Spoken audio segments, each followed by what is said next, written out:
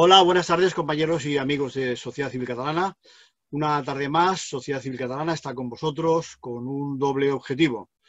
Por un lado, mitigar el confinamiento y por otro, aprovechar este tiempo para aprender, para ampliar fronteras, para informarnos mejor, para poder opinar con algo más de rigor. Dejadme primero que presente al invitado de esta tarde. Nuestro invitado, para la consecución de ese objetivo que hemos dicho, que es informarnos mejor, tenemos a Antonio Miguel Carmona. Buenas tardes, Antonio. Muy buenas tardes a todos. Estoy encantado de estar aquí con vosotros esta tarde después de comer el mejor café posible con Sociedad Civil Catalana. Muy bien, muchas gracias, Antonio, por acompañarnos hoy. Y de alguna forma nos devolvemos la visita que te hice a Madrid. Hoy nos la haces, pero tú a Barcelona, pero en diferido. Déjame que te presente previamente, porque en Sociedad Civil Catalana, como tú ya bien sabes, somos un público, unos componentes muy transversales y es probable que te conozca mucha gente por los medios, pero yo quiero que te conozcan en tu amplitud. Algunas características de Antonio. Antonio es doctor en Ciencias Económicas, ha sido profesor en la Universidad Complutense de Madrid, así como en otras universidades extranjeras. Actualmente imparte clases en la Universidad de CEU, de San Pablo. Es además piloto y teniente del Ejército del Aire. Antonio también ha sido dirigente del PSOE, milita desde 1986, fue candidato a la alcaldía de Madrid, que debe ser tu perfil más conocido para el gran público, en 2015, y diputado autonómico y miembro del Comité Federal del PSOE. Antonio es además presidente de la Fundación Socialdemócrata de Análisis e Iniciativas Socialdemócratas, una fundación de carácter progresista. También participa como analista en distintos programas de debate político en radio y televisión, por lo que también aquí te conoce el gran público. Es además creador, director y editor del diario Progresista. Y como buen docente, Antonio trabaja también su faceta de escritor divulgador. Has publicado 3 libros, la mayoría no, los 3, relativos a tu docencia. Economía e Innovación, el primero, Apuntes de Economía Española, el segundo, y Economía para Periodistas, el tercero. Como veis, compañeros y amigos de Sociedad Civil Catalana, es un lujazo poder hablar con Antonio hoy justo del tema principal que vamos a enfocar, que es la crisis económica que se nos avecina o en la que ya estamos y sobre todo, cómo salir de ella. Así que, Antonio, voy a aprovechar tu especialidad académica, que lo es además, tu especialidad fue, además de economía, sobre crecimiento económico, en concreto. Y ahí voy a centrar mi primera pregunta. Escribiste el 7 de mayo en ABC, te he repasado un artículo con abundante mención a la recuperación económica en el ámbito internacional y hacías referencias a la Unión Europea y a China. Contraponías en ese artículo la gestión de la pandemia por parte de Estados Unidos y China, enfrentando ambos modelos. Escribiste, literal, China ha sido capaz de controlar una pandemia pasando de ser su primera víctima a ser un ejemplo de cómo superarla con una eficacia sorprendente. Añadías, lamentablemente, muchas naciones no tomaron nota de aquello que llevó a China a un éxito tan rotundo y evidente. Estados Unidos, cuyo primer infectado se produjo mucho más tarde, está batiendo récords de fallecimientos. Imagino que por ese artículo te habrán llovido críticas de los ortodoxos, Antonio. La primera pregunta entonces es, ¿puedes ampliarnos esa visión tan específica tuya que marcabas en ese artículo? Bueno, decía, me han llovido críticas incluso personales y amenazas. Pero bueno, como decía Margaret Thatcher, cuando se dirigen a mí o me critican en lo personal es porque no tienen ningún argumento político, con lo cual estoy encantado. Yo creo que, bueno, mi especialidad fue y es el crecimiento económico, el crecimiento y desarrollo económico, especialmente innovación tecnológica, que es lo que estudié en Estados Unidos y donde empecé a hacer mi primera tesis doctoral en la Universidad de California. Y por lo tanto veo cuál es el retraso de España y cuál es el retraso de Europa en estos momentos. La economía a largo plazo funciona por ciclos, que lo descubrió un economista ruso que se llama Kondratiev, fases de crecimiento, de recesión, de depresión, de crecimiento, recesión, depresión. Y entonces luego un economista inglés, sin importancia, entre comillas, que se llama John Maynard Keynes, se preguntó por qué se producían esos ciclos. Y la respuesta fue por la inestabilidad de la inversión. Y un economista austriaco llamado Schumpeter dijo que por qué se producía aquello, es decir, por qué era inestable la inversión a largo plazo, por las innovaciones tecnológicas. Yo conocí a un industrial en Berkeley, en la Universidad de California, me dio una conferencia de un industrial japonés que se llamaba Akio Morita, no se me olvidará nunca el nombre, que había sido kamikaze en la Guerra del Pacífico y cuando terminó de kamikaze se fue deprimido a su casa porque perdió la Guerra del Pacífico, no le dispararon de kamikaze y se puso a hacer ingeniería inversa, montar y desmontar transistores, que es un invento norteamericano. Y montó una compañía que se llamaba la Morita Company, que se dedicó a vender transistores en Japón y luego a exportarlos a Estados Unidos y a tener un pequeño éxito. Esto es innovación tecnológica, esto es lo que tiene que hacer España y esto es lo que tiene que hacer Europa. Europa se ha quedado muy atrás. China, que yo no defiendo el régimen chino, me han llamado mucha gente y dice, ¿defiendes el régimen chino? No, no, yo defiendo las democracias liberales, pero y si son democracias además socialliberales, mejor, si además es socialdemocracia, mucho mejor. Pero dicho esto, uno de los personajes más importantes de la historia de la humanidad fue Deng Xiaoping. Deng Xiaoping fue el famoso líder que dijo, da igual que el gato sea blanco o negro, lo importante es que cace ratones, dijo una cosa mucho más inteligente. Dice, vamos a cruzar el río, pero para cruzar bien el río no debemos dejar de tocar las piedras. Es decir, hizo las 4 grandes transformaciones de China, especialmente la tecnológica. Y en estos momentos China es el país con más satélites del mundo, el que domina la telefonía mundial en estos momentos profusamente, el que tiene el mayor telescopio del mundo, la mayor red de tren de alta velocidad. Es decir, nos ha tomado la delantera a nosotros, a Europa, por supuesto, que seguimos todavía pensando en Nokia, y a los Estados Unidos de América. Por lo tanto, ¿qué tiene que hacer Europa para prosperar? Copiar a aquellos que lo están haciendo bien, digo desde el punto de vista tecnológico, tomar la delantera e invertir. Y especialmente en nuestro país, España, que es un país paleolítico en investigación y desarrollo, invertimos un 1,2% en I+D, mientras que otros países como Alemania o Francia invierten un 3,5, un 2,5 respectivamente de su PIB, o como por ejemplo Corea del Sur. Por lo tanto, mi denuncia en el artículo que ha sido publicado en China, además en chino, y que ha sido leído, según me dicen los propios chinos, por 100 y pico millones de personas, pues lo recogió ABC, lo publicó ABC y defiendo eso. No es que defienda un régimen político determinado, es que defiendo que Europa no puede convertirse en un museo. Ahora bien, en Europa en estos momentos tenemos una ceguera absoluta, una situación de arteriosclerosis. Mira, yo estoy leyendo a Stendhal, que era un francés, estoy leyendo un libro maravilloso, me gusta hasta el olor antiguo, que es Historia de la pintura en Italia. Stendhal, que era francés y napoleónico, ilustrado, se hartó de Francia y se fue a Italia a contemplar Florencia. Entonces, Florencia, Italia, la Francia, todo eso es Europa, ¿no? Todo eso es la Europa que soñaba Stendhal. Recuerda que el stendhalismo es cuando te mareas viendo las obras de arte. Pues estoy leyendo Historia de la pintura en Italia. Y Europa puede ser una potencia tecnológica, no lo es, nos estamos quedando atrasados. España es un país tercermundista en tecnología, tercermundista todavía en ciencia. Conozco una investigadora científica que está cobrando 1.200 euros al mes 1.200 euros, y es una de las principales investigadoras contra el VIH en el Hospital Ramón y Cajal de Madrid. Bueno, pues todo eso tenemos que subsanarlo y todo eso lo contamos en el artículo. Tecnología para crecer y prosperar. Antonio, el impacto económico que esta pandemia va a tener, que está teniendo ya, sobre la situación económica en España, en Europa, en el mundo en su conjunto, se está calculando todavía. Hay muchos vaticinios en negativo. Los más pesimistas afirman que será la peor crisis desde el 29, o algunos dicen que desde el 45, desde el final de la Segunda Guerra Mundial. El Fondo Monetario Internacional pronostica que la economía global se contraerá en un 3% en 2020. Eso sin hablar de cuándo tendremos vacuna y si eso se prolonga, pues que seguramente será mucho más.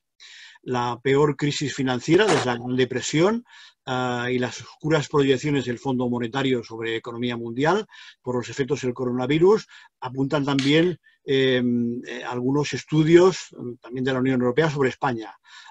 Dice que en el mundo se perderán 195 millones de empleos en 3 meses solamente.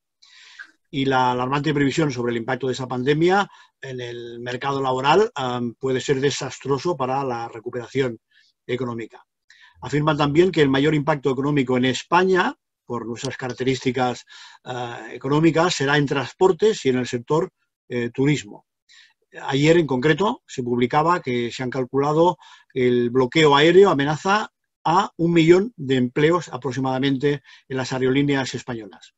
Algunos agoreros también nos asustan ya ahora con medidas como la rebaja de sueldos a los funcionarios y la congelación nuevamente de las pensiones como único reducto para sacar fondos para el Estado. Entonces la pregunta, Antonio, es, respecto a la diagnosis inmediata a corto plazo, tú que eres de los economistas que más habla sobre el asunto, ¿te consideras de los pesimistas o de los optimistas? ¿Crees que es tan negro como nos lo ponen?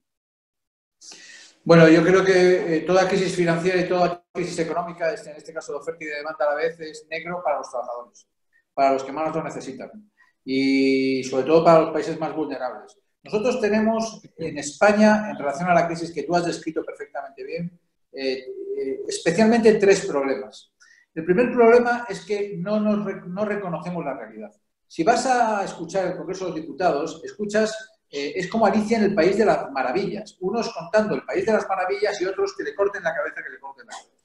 Es decir, insultos y nada. Un líder político lo que tiene que hacer es encarar, hacer un debate, no un debate, una locución en televisión y decirles, señoras y señores, queridos ciudadanos, la situación es muy mala, yo solo el país no lo levanto, tenemos que levantarlo entre todos y solamente todos podemos levantar este país. Incluso la famosa frase de John Fitzgerald Kennedy, de no preguntes lo que puedes hacer por lo que este país puede hacer por ti, sino pregunta lo que tú puedes hacer por este país. Sentar después a todos los grandes agentes económicos y sociales, a las grandes compañías, Iberdrola, Repsol, Corte Inglés, sentar a los grandes medios de comunicación, sentar a los bancos que están guardando liquidez, sentar a los sindicatos, sentar a la Iglesia y ponerles todos de acuerdo para tirar este país adelante.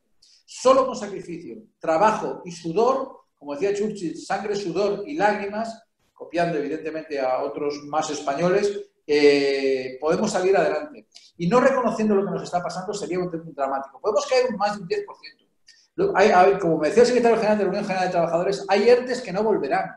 Ha aumentado en 1 millón de personas el desempleo en nuestro país de un año a esta parte. 1 millón de personas, más 3 millones y pico de ERTEs, más 1 millón de autónomos sin ningún tipo de ingresos. Eso suman más de 5 millones de personas que están en el aire. Con lo cual, lo que tenemos que hacer es poner en órbita a las grandes compañías a cargo de su cuenta de resultados, a los bancos a cargo de su cuenta de resultados, a los sindicatos a cargo de sus propias rentas y, desde luego, hasta, como digo, por citar a todo el mundo, hasta las iglesias de este país y liderarlas. Eso es un gobierno que lidere y no que estamos entretenidos en el Parlamento. Vamos a ver, caemos un 10%. Lo peor no es la ralentización del consumo, lo peor es la ralentización del motor. Si he dicho antes que el motor es la inversión en bienes de equipo, según el Banco de España, el informe del Banco de España sobre nuestra recesión, va a ser del menos 59% menos de inversión en bienes de equipo. Menos 59%. Se va a disparar el paro. Estamos pagando 4.500 millones de euros por los ERTEs todos los meses, como dice la ministra. Por lo tanto, tenemos que hacer, primero, una inyección europea valiente. Europa no existe. Tiene que inyectar, como ha hecho la Reserva Federal Norteamericana, son 2 ejemplos distintos, inyectar el Banco Central Europeo 3 billones de euros, más de 2 billones de euros, 3 billones de euros. Y la Comisión Europea, aunque eso ya está dejado de la mano de Dios, emitir eurobonos por valor de 2 billones de euros. Pero España lo que tiene que hacer es encarar la crisis. Vamos a tener un déficit público de más de 100.000 millones de euros. Con lo cual, de más de 100.000 millones de euros de déficit público. ¿Eso qué significa? Y yo se lo traslado a mis amigos de Sociedad Civil Catalana, con la que, como bien sabes, Xavier, me une enormes simpatías desde mi punto de vista jacobina. No creo que haya ningún me consta. de la Sociedad Civil Catalana más jacobino que yo, luego hablaré de eso si quieres. Pero desde luego que si tenemos un déficit público de 100.000 millones de euros, que es lo que vamos a tener, tenemos que pedir prestado 100.000 millones de euros. ¿Quién nos lo presta? ¿A alguien se le ocurre? ¿A alguien se le ocurre? No. Por lo tanto, como necesitamos 100.000 millones de euros, tenemos que presentar a la Unión Europea un plan de sacrificio de todo el país. Y que se sacrifique todo el país no son recortes en sanidad pública donde se han recortado durante los últimos 10 años 30.000 millones de euros y 30.000 profesionales sanitarios. No son recortes en la educación pública de 25.000 millones de euros. Es que los que más tienen, más aporten. Pero incluso no hace falta meterles una tasa, como decía inapropiadamente un líder político, sino llegando a un acuerdo de país entre grandes empresas, pequeños empresarios, autónomos, sindicatos, banca, y eso se tiene que sentar alrededor de la mesa del presidente del gobierno o del líder que lidere este país en el futuro, que a mí me gustaría que fuera del PSOE, pero puede ser de otro partido político. No entro en disquisiciones parciales o ideológicas. Por lo tanto, eso es lo que hay que hacer y preguntarnos de dónde sacamos esos 100.000 millones de euros. Y desde luego, prometerle a la gente trabajo, sacrificio y sudor. Porque si les prometemos promesas vanas, un futuro que va a pasar enseguida, se está mintiendo a la gente. Con lo cual, hay que liderar este país, hay que esforzarse todos, los que más tienen se tienen que esforzar más que los que menos tienen, y si los que más tienen no se esfuerzan, pues evidentemente la historia les juzgará y el resto de la nación les juzgará. Y para eso necesitamos un liderazgo político potente que eche a andar este país. Y ese es el primer problema. Hay más. El otro problema que tenemos es la desunión del país. Es la única nación, España, porque soy de los que piensan que la única nación que hay en España es España, que se discute a sí misma, donde las comunidades autónomas discuten al presidente del gobierno, donde entre las comunidades autónomas se discute, donde el presidente del gobierno dice que va a cogobernar con las comunidades autónomas en plena inundación. ¿Cogobernar con quién? Lo que hay que hacer es liderar este país, no atomizar más este país en comunidades autónomas como, por cierto, la que estáis vosotros, en Cataluña, donde el presidente Torra, que es desde luego una persona que no me merece casi ningún respeto intelectual, aunque todo el mundo me merece respeto intelectual, pero desde luego España, que es la única nación que existe en España, debe estar más unida, y el espectáculo que se están dando en las comunidades autónomas diciendo cada una una cosa, me parece que va en contra, fíjate lo que te digo, Xavier, en contra no de mí, en contra de nuestros hijos, en contra de nuestros hijos. Es verdad que yo tengo formación política francesa, que yo he sido militante del PS,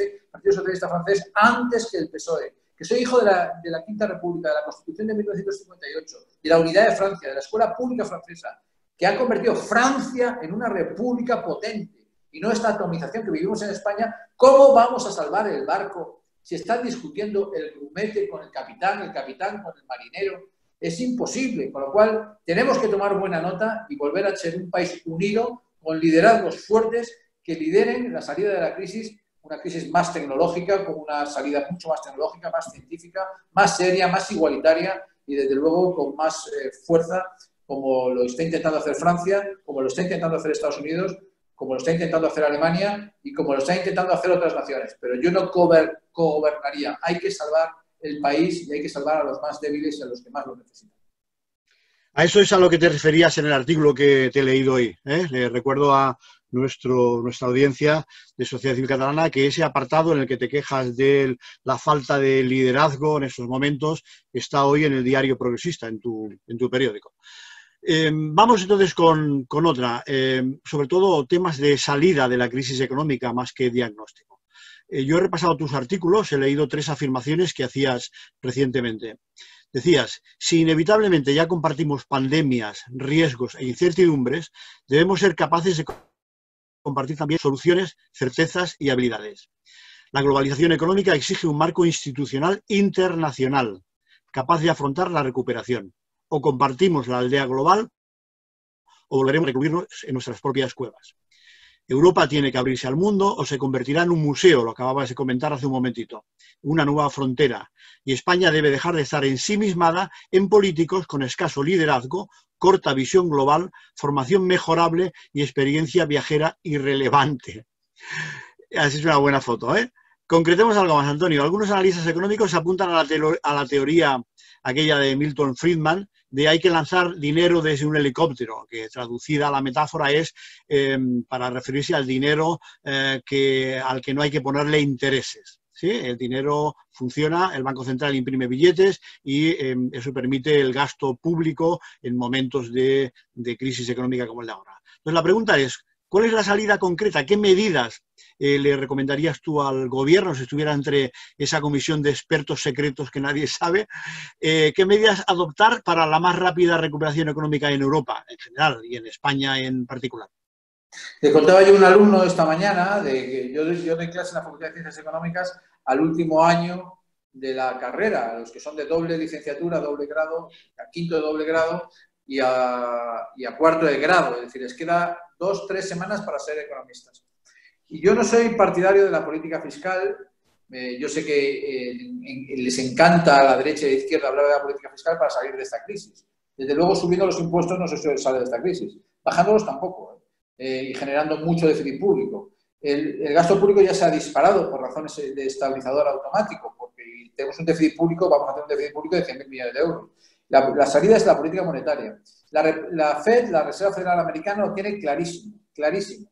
Es la inyección de liquidez y, desde luego, el apoyo a nuestros pequeños emprendedores, que luego pueden ser grandes creadores de trabajo, a los trabajadores, a evitar que los ERTE se conviertan en ERES. Ya hay alguna gran compañía que está transformando, que ha anunciado que va a transformar ERTES en ERES, y por lo tanto necesitamos que el Gobierno de España presione en el Consejo Europeo para que nadie presione al Banco Central Europeo para que haga lo contrario. Fíjate cómo lo estoy diciendo. Es decir, no es que presione el Gobierno de España, es que el Tribunal Constitucional alemán ha presionado obscenamente al Banco Central Europeo para decir lo que tiene que hacer. El Banco Central Europeo tiene que salvar el euro, tiene que comprar deuda pública, tiene que comprarla y emitirla de forma mutualizada en la Comisión Europea, y ahí España tiene un papel relevante.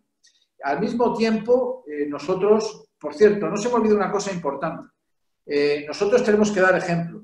Ya sé que suena un poco demagógico lo que voy a decir, pero no es demagogia, es liderazgo. Hay que salir a la palestra y decir que muchos políticos, durante un mes, 2 meses, muchos que estamos en cargos públicos o estábamos institucionales, debemos renunciar a nuestro salario cuando hay un montón de autónomos que se les está diciendo que vayan a pedir el préstamo. Oiga, pida un préstamo usted y quítese su salario. ¿Eso qué es demagogia? Puede ser, pero es sobre todo liderazgo. Y por eso digo que hay que ponerse delante de una cámara de televisión y decir esto. Pero dicho esto, las soluciones económicas son la inyección de liquidez, no tanto en términos de Milton Friedman, sino lo que está haciendo la Reserva Federal Norteamericana. Es inyectando liquidez al sistema, haciendo que la máquina de la política monetaria fluya, y por eso Estados Unidos enseguida sale de las crisis económicas. Aquí en Europa estamos ensimismados. Y una de las naciones donde más ensimismados estamos, damos cuenta que apoyando al pequeño empresario, al investigador, a mis estudiantes cuando acabe la carrera, saldremos adelante. A los trabajadores, protegiendo a los trabajadores, saldremos adelante. Ya te he puesto un ejemplo de Akio Morita. De hecho, a Akio Morita le conocí en Estados Unidos, era muy mayor, tenía las gafas redondas, como muchos japoneses, vestía muy raramente. Bueno, Akio Morita era un industrial japonés y era dueño de la Morita Company, pero no he terminado de contarte la historia porque he pasado a hablar de otra cosa. Akio Morita prosperó. En el hospital se inventó poner la radio en la oreja, porque vio a los limpiadores que iban con una radio colgando. Y su compañía no se llamó Morita, le cambiaron el nombre en Estados Unidos, la llamaron Sony. Y tiene 250.000 trabajadores. 250.000 trabajadores.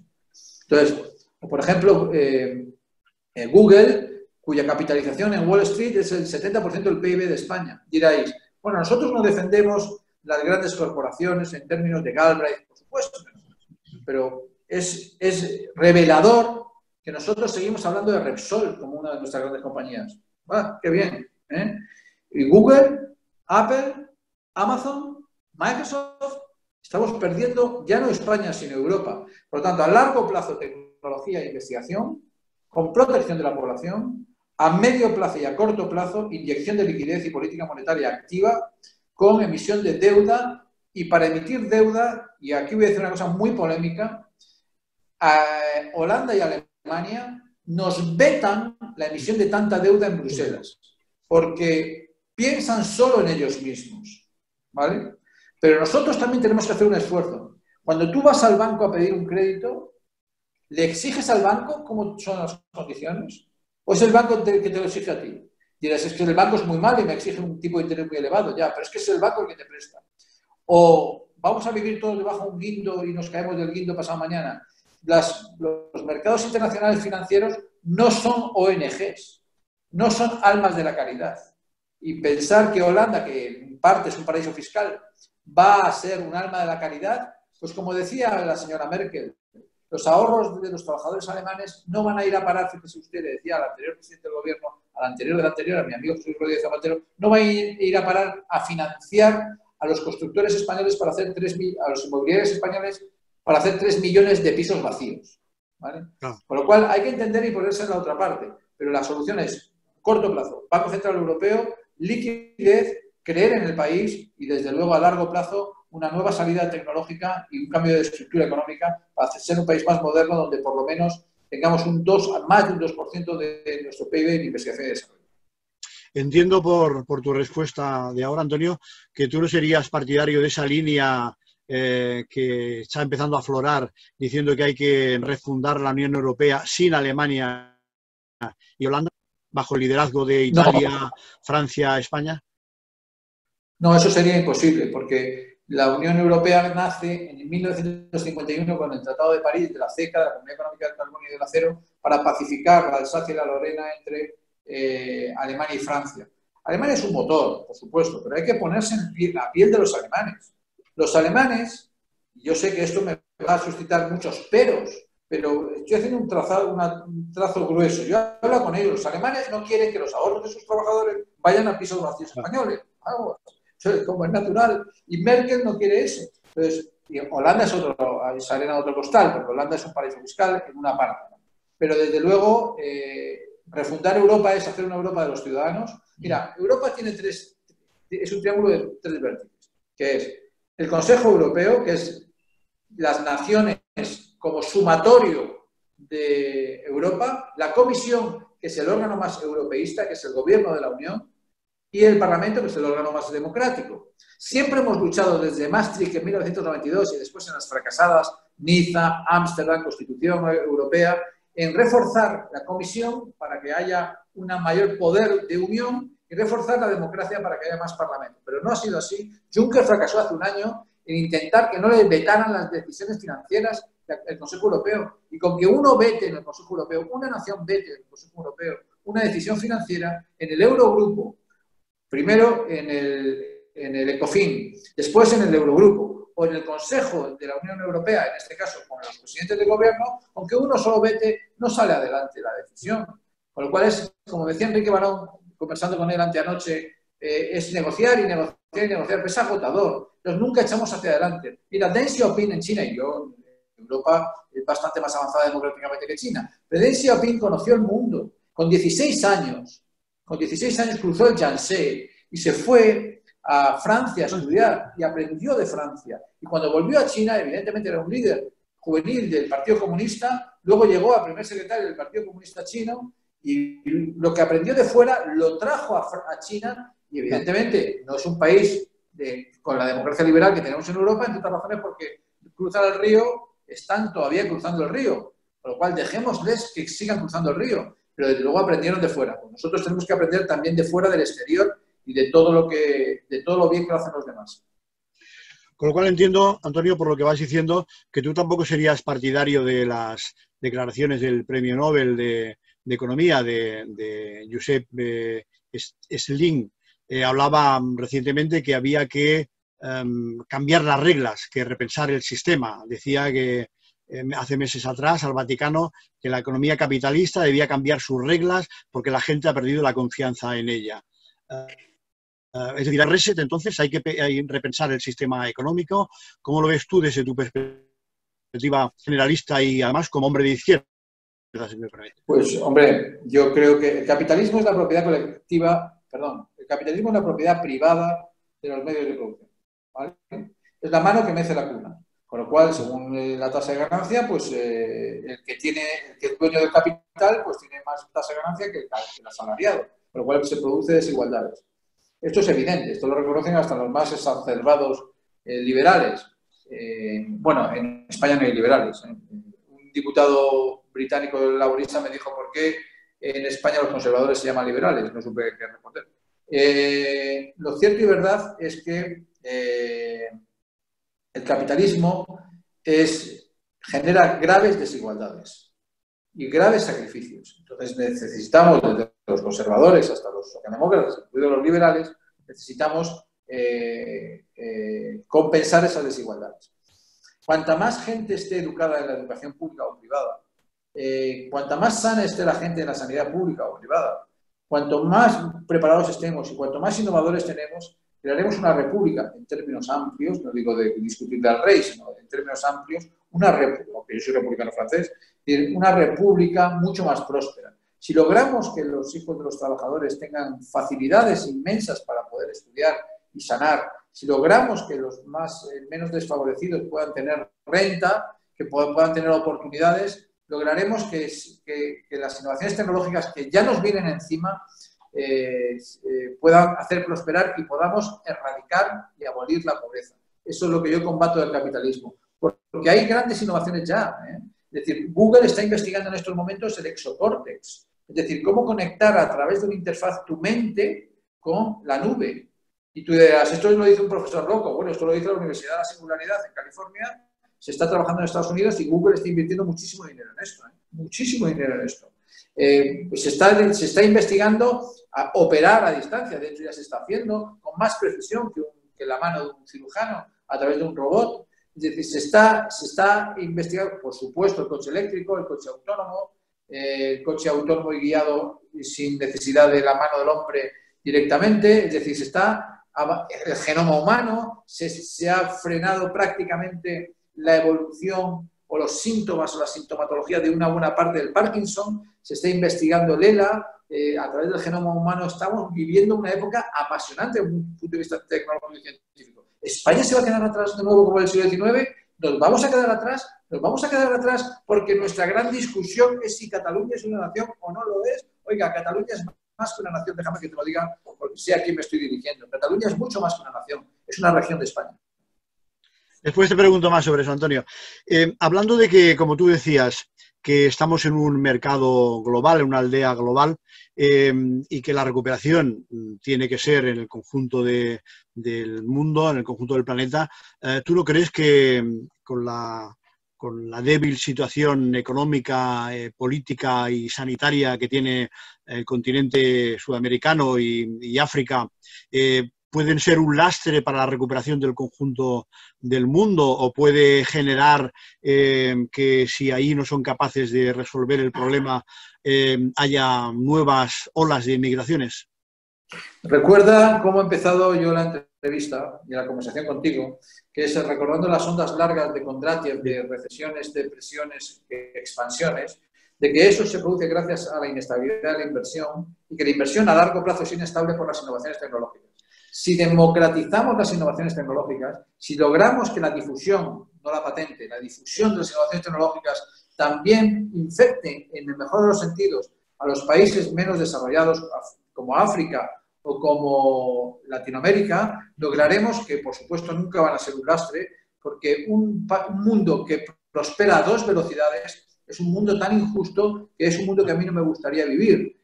Yo quiero que las innovaciones tecnológicas también las tengan los africanos y los sudamericanos, ¿no? Bueno, hay naciones en África cuya población, solo el 60% de la población tiene agua y el 95% de la población tiene un móvil. No voy a decir países porque los tengo en la cabeza, porque yo fui de la Asociación Española de Africanistas, pero la tecnología nos ayudará, si logramos que se difunda para todo el mundo, nos ayudará a que los países emergentes puedan seguir un proceso que llamamos los economistas a largo plazo de catch up, de conseguir, de tomar la tecnología y de distribuir la renta. No podemos permitirnos el lujo de que muera un niño cada 2 segundos en el mundo. Uno. Otro. Cada 2 segundos muere un niño. Eso no es un mundo civilizado.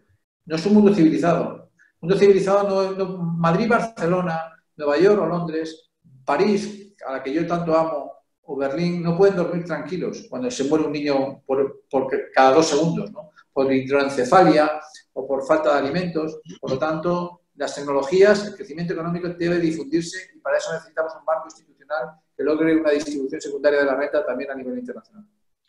Entiendo, la crisis es global y la salida debe ser también un poco global. Vamos a alguna cosa que tú has apuntado ya un poquito antes con el ejemplo de la primera ministra finlandesa.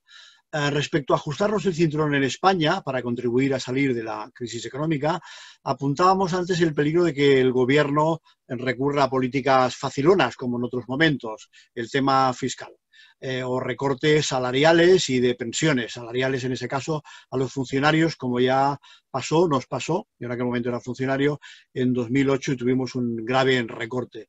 Es decir, que paguen los que menos tienen. en 2010, o por no decir siempre, la salida de las crisis han recaído en los más débiles. Tú, en una reunión del grupo parlamentario, déjame que lo recuerde, en el año 2000, te opusiste a que los parlamentarios recibieran como privilegio la pensión máxima, esta que todavía continúa, y propusiste la erradicación de todo tipo de privilegios para representantes públicos.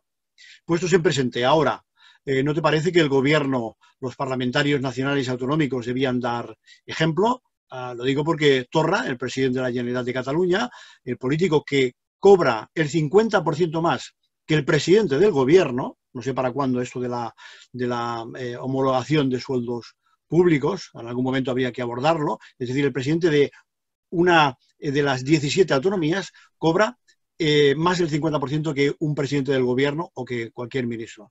Entonces la pregunta es, ¿te parece que en estos momentos fuera bueno, para predicar con el ejemplo, impulsar, aunque sea desde la sociedad civil, si no lo hacen de motu propio, impulsar que los políticos den ejemplo? Sin lugar a dudas, eso, Xavier, querido, se llama, como he dicho antes, liderazgo. Eso se llama liderazgo. Predicar No con el es ejemplo. demagogia, es liderazgo. Es ponerse delante de una cámara y decir, oiga, yo renuncio al salario y síganme, porque si la gente sigue a los hechos, no sigue a las palabras, que al final acaban siendo palabrerías, ¿no? El presidente Torra sirve para una cosa, como mal ejemplo. Para eso sirve. Pero, por supuesto, Torra y muchos políticos lo que tienen que hacer, no digo porque la política sea mala, si la política es muy necesaria, pero es que no tenemos líderes, entonces no tenemos nadie que renuncie a su pecunio miserable de 3.000 euros o 3.500 euros para dar ejemplo. Yo conozco a algunos políticos que no lo cuentan, que están repartiendo desayunos por las mañanas en iglesias a la gente pobre, y no lo cuentan. Entonces, permíteme que lo recuerde, Torra son 148.000 euros, es decir, más de 10.000 euros mensuales, por no hacer nada. Para no ejecutar el presupuesto y buscar la ruina a Cataluña, y sobre todo, una cosa que más me duele, que es la parte intelectual, ¿no? Pensar, elevar el mito de Aitor a categoría nacional, como pasan algunos en el País Vasco, o elevar determinados mitos a categoría nacional en Cataluña. Me parece que es un despiste generalizado y todo el nacionalismo de esa forma inventado, en este caso periférico, como pasó en Alemania en los años 30, siempre teníamos este tipo de graciosos que nos llevaban a la ruina, como llevaron a la ruina a Alemania en otros casos en los años 30, ¿no? Pero dicho esto, lo que tú me planteas es liderazgo puro y duro, que es poder renunciar a tu pecunio. Vamos a ver, yo soy republicano. ¿Qué significa ser republicano? Ser republicano no significa quitar o poner un rey, eso por descontado. Es decir, ser republicano, y por cierto, siendo el rey, estando apoyado por el 70% de los españoles, no seré yo que vaya en contra de la opinión del 70% de los españoles. Aparte que yo creo que no lo está haciendo mal, lo está haciendo bastante bien. Pero siendo republicano, francés, ¿qué significa ser republicano? La igualdad de derechos y obligaciones de todos los ciudadanos ante la ley, vivan donde vivan. Vivan donde vivan. ¿Esto qué significa? Pues significa que un diputado no puede tener el privilegio de tener más derechos que otro ciudadano, ¿no? Puede tener más salario. A mí me parece que los políticos están mal pagados, sin duda alguna. El presidente del gobierno cobra menos que el presidente de Coca-Cola o que el presidente de una mediana empresa, pero desde luego no puede tener un privilegio más, y entre ellos las pensiones. Muy bien. Antonio, tú tienes, además de todas las características que hemos explicado antes, de profesor, de político, tienes un perfil mediático muy potente. Participas en numerosos programas de debate político y a veces simultáneamente, en el mismo día. Al Rojo Vivo, en La Sexta, te vemos en Espejo Público, en Antena 3, en el programa de Ana Rosa de las 5. Pero claro, tú eres especialista en temas económicos y sabes de lo que hablas.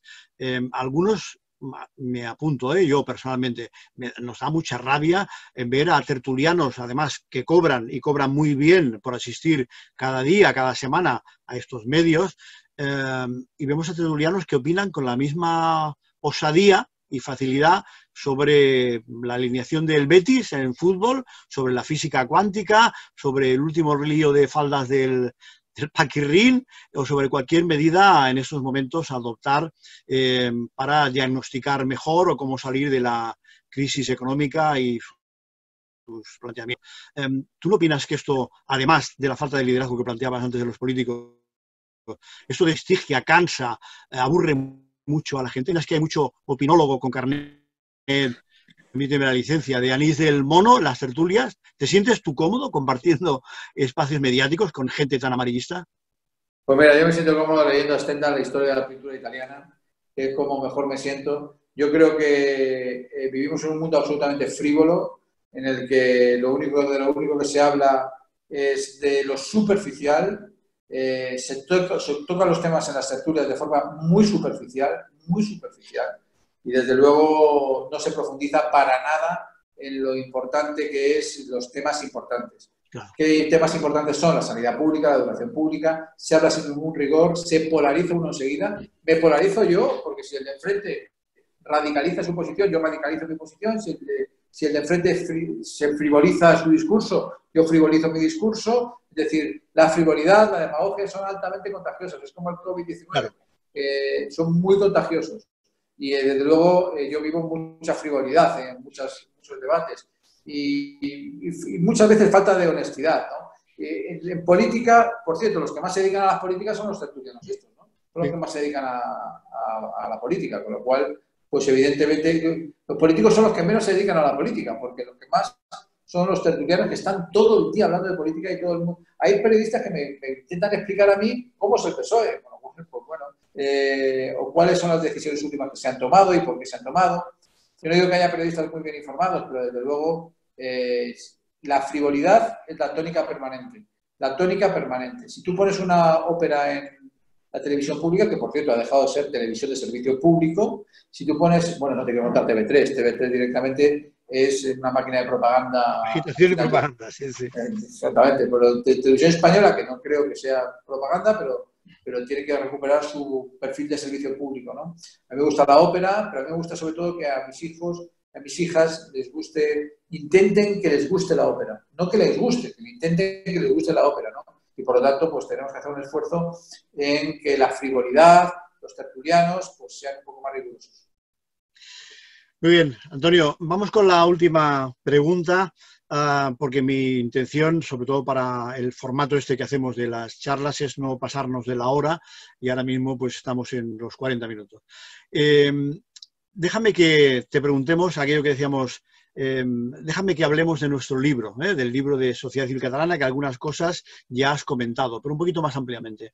Me consta que conoces bien la situación que vivimos en Cataluña, con el movimiento secesionista, que eres sensible con ese tema y que haces divulgación solidaria de ese problema en tus tertulias, en tu fundación, la fundación que presides, que precisamente me invitaste a hablar de este tema en diciembre, fue, ¿no? No hace mucho, en diciembre me parece que fue. Te haré entonces una doble pregunta. Uno, ¿cómo nos veis desde los madriles el problema catalán, si es que alguno todavía no entiende que eso es un problema de España y no es un problema catalán? ¿Cómo nos veis desde Madrid? Y la segunda es, ¿cómo ves tú particularmente? Lo digo porque estamos en una audiencia que es Sociedad Civil Catalana, donde hay sensibilidades muy diversas y hay mucha gente que tiene una carga crítica muy potente contra, en estos momentos, el gobierno de España, que es el del PSOE. ¿Tú crees que el papel del PSOE y, en concreto, el del PSC, que es más ambiguo todavía que el del PSOE, hacen lo correcto? ¿Es suficiente para resolver el problema que tenemos con la secesión? ¿Podrían hacer algo más? Ya que has hablado de liderazgos, mójate un poquito más. Sí, bueno, tres cosas. Una, yo creo, como tú muy bien has dicho, yo es una tesis que mantengo, yo lo escribí en la tercera de ABC hace ya algunos años, bastantes años, lo llamé refutación de la tibieza. El problema, no existe un problema de Cataluña, existe a diferencia de lo que opinaba Ortega y Gasset, existe un problema de España. En España, tú le cuentas a alguien de Torrelodones, que es el pueblo más antiguo de España, que no lo es, y enseguida tiene sentimiento de Torrelodones. y enseguida se inventa una bandera y hace una nación, ¿vale? Por eso yo he dicho tantas veces, yo nací en Malasaña, en Madrid, que Malasaña es una nación, ¿no? Castilla en todo caso, ¿no? Porque Castilla no es un territorio, es una idea. Pero dicho esto, Unamuno lo explicaba muy bien, ese era el dianismo típico de la península ibérica. No hay nada más español que lo que le está pasando a Cataluña, que es pues, buscar en el terruño una identidad, ¿no? Y pensar que mi casa, mi piso en mi casa, que vivo en un séptimo, puede decidir lo que ocurre en la comunidad entera. Nadie le pregunta a una pierna si quiere ser amputada. Se le pregunta al cuerpo entero, salvo que se piense que la convivencia entre los pueblos de Lérida y de Zaragoza no han sido desde el siglo III después de Cristo con la diócesis de Diocleciano. Hay un desconocimiento profundo de la historia. Pero, sin embargo, esto que Unamuno llamaba, y Pío Baroja, dos vascos universales, lo llamaban aldeanismo, que es aldeanismo, es decir, los paletos, pero los paletos no de aldea, sino los paletos de las grandes ciudades, donde hay más paletos que en ningún sitio. Hay mucho más porcentaje de paletos en las grandes ciudades españolas que en los pequeños pueblos. La única singularidad es que a lo mejor en Madrid hay más paletos que en Cataluña, probablemente, sí, muy probablemente. La diferencia es que en Cataluña gobiernan, con lo cual es la primera vez o las pocas veces que se elige a un grupo de paletos que gobiernen, con lo cual, oiga, ustedes son unos paletos porque piensan que su tierra en un mundo globalizado puede tomar decisiones autónomamente o puede declararse independiente cuando no han sido una nación independiente jamás. Con lo cual, y así además, sobre todo, pues, por ejemplo, uno de los líderes de Esquerra Republicana de Cataluña, muchos de ellos, que son descendientes de su padre y su padre son de Jaén, ¿no? Rufián, y lo digo con cariño, me gusta como parlamentario, son de Jaén, ¿no? Es decir, son su padre y su madre son de Jaén y él se declara abiertamente independentista. Bueno, pues estas cosas que son típicas de España o de los cómics, lo cuentas en Francia y no se lo creen. Entonces, la diferencia entre un hombre de Bretaña y uno de Languedoc, la diferencia entre uno de París y uno de Roussillon es probablemente mayor que la diferencia que hay entre uno de Barcelona y uno de Huelva. Mayor. Con lo cual, esto es un cuento tártaro que se han inventado y la diferencia es que es la primera vez que los paletos tienen la presidencia de una región. Pero ¿cómo se combate esto? Y no eludo la pregunta. Desde luego no con tibieza. Con tibieza no. En el PSC, como tú bien sabes, hay dos almas. Una alma, yo creo que más racional, y un alma más tibia, ¿no? Un alma que piensa que solo con diálogo, y yo soy partidario del diálogo, se puede llegar a acuerdos. No, oiga, yo con los delincuentes dialogo poco. Yo puedo dialogar para que dejen de delinquir, pero no puedo dialogar para debatir si es delito o no es delito el hecho que han hecho, ¿no? Con lo cual, llegamos al paroxismo, a la locura, la tibieza, por eso mi artículo en la tercera ABC se llamaba refutación de la tibieza. Refutación de la tibieza. La tibieza de algunos que han estado y están muy cerca de ti, tú no eres tibio precisamente, pero algunos compañeros nuestros y otros de otros partidos políticos nos llevan al desastre. Muchas veces temo yo más a los tibios que a los perversos. Mucho más temo yo a los tibios que a los paletos, porque los tibios convierten al paleto como alguien intelectualmente respetable. Sí. Alguien intelectualmente respetable. Con lo cual, falta muchas veces docencia, falta muchas veces explicar a la gente que poniéndose una boina calada, y respeto a los que llevan boina, por supuesto, que es un símbolo maravilloso, pero tú me entiendes, aquellos que tienen todavía la marca de la boina aquí y piensan que su terruño, piensan, como yo he dicho antes, como si yo dijera que Malasaña es una nación, ¿no? Pues evidentemente no, ¿no? Es decir, si Cataluña fuera una nación, el País Vasco fuera una nación, pues Castilla ni te cuento, es decir, claro, evidentemente. España puede ser una nación de naciones, bien, como demuestra la existencia de países como Perú, Ecuador, México, que tienen raíces españolas también y raíces de las Indias de entonces, ¿no? Con lo cual es una mezcla maravillosa. Entonces, el mundo tiene que ser más abierto. Yo soy socialdemócrata, no soy un reaccionario y menos intento ser un paleto. Yo le recomendaría leer a Stendhal, Historia de la pintura italiana, escrito por Henri Weil, Stendhal, y no ser tan paletos. Bueno, probablemente no se van a leer este libro. Muy bien, Antonio. Oye, muchísimas gracias por tu tiempo, por tus sabias explicaciones. Nos has dejado claro que la economía es la base que mueve el mundo y la política depende de la economía. Veo que estás en forma y para dejar claro que estás en forma, déjame que recuerde una anécdota a nuestra audiencia. La anécdota es que en julio del 2019, Antonio ese día estaba cenando con Pedro Ruiz, con el humorista, en una terraza de un restaurante madrileño, y vieron a una mujer joven agredida, en ese caso que resultó ser su pareja, pero que tú no lo sabías. Le había robado el móvil, le había maltratado, y Antonio no se lo pensó dos veces, corrió durante un buen rato detrás de él, me consta que no fue muy rápida la cosa, sino que tardaste un poquito en alcanzarlo.